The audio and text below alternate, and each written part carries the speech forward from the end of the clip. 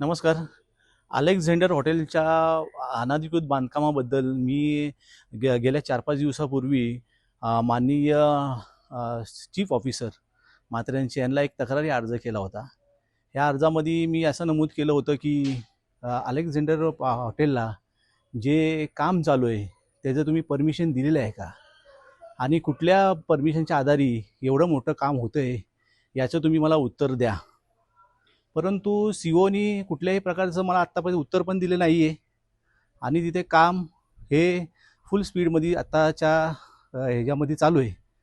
तर तिथं आम्ही पाहणी केली असताना तिथे मोठमोठे खड्डे केलेले आहेत. कदाचित ते स्विमिंग पूलचं काम चालू असेल आणि जवळजवळ 25 ते 30 रूमचं काम हे मोठ्या प्रमाणामध्ये चालू आहे.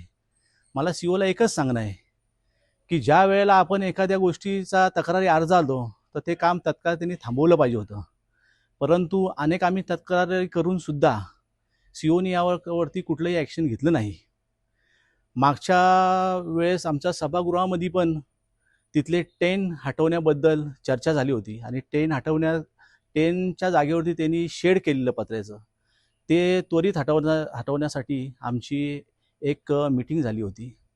त्या मीटिंगमध्ये त्यांना आम्ही सूचना केल्या होत्या आणि त्या सूचनेचं पालन सुद्धा सीओ साहेब करणार होते. परंतु अद्याप जवळजवळ 3-4 महिने झाले कुठल्याही प्रकारची तिथे कारवाई केलेली नाही आहे. ही कारवाई का केली नाही याचा प्रश्न आम्हाला सीओला विचारायचा आहे आणि सीओने त्याचं उत्तर लवकरात लवकर द्यावा. जर त्यांनी उत्तर दिलं नाही तर आम्ही पूर्ण नगरपालिकेचा स्टाफ घेऊन घटनास्थळाची पाहणी करणार आणि त्यावरती त्वरित कारवाई करण्याचे आमची मागणी असणार आहे. बघितलं त्यानंतर तर तिथं वृक्षतोड पण खूप प्रमाणात झालेली आहे. आता फॉरेस्ट डिपार्टमेंटनी तिथं जाऊन ते सगळं पाहणी केली पाहिजे आणि कुठलंही काम करताना हेरिटेजची मान्यता लागते, मॉनिटरिंगची मान्यता लागते.